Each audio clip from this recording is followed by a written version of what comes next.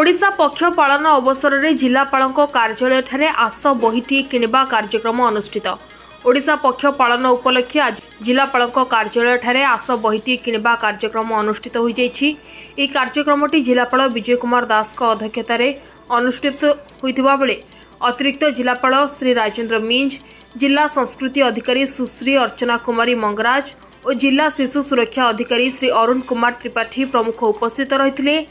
यह अवसर में प्रत्येक नागरिक और व्यक्ति विशेष को अनुरोध करने सह आग्रह प्रकाश करते आस बहीटी किणवा आम मातृभाषा आम स्वाभिमान को बलवत्तर रखिबा, ओडिया कवि कवयित्री प्राबंधिक लेखकों को उत्साहित करने, ओडिया रे नूतन सृष्टिर आविष्कार सह नूतन पाठक पाठिका निर्माण करी समाज को दिगदर्शन प्रदान करिबारे सहायक हेबा।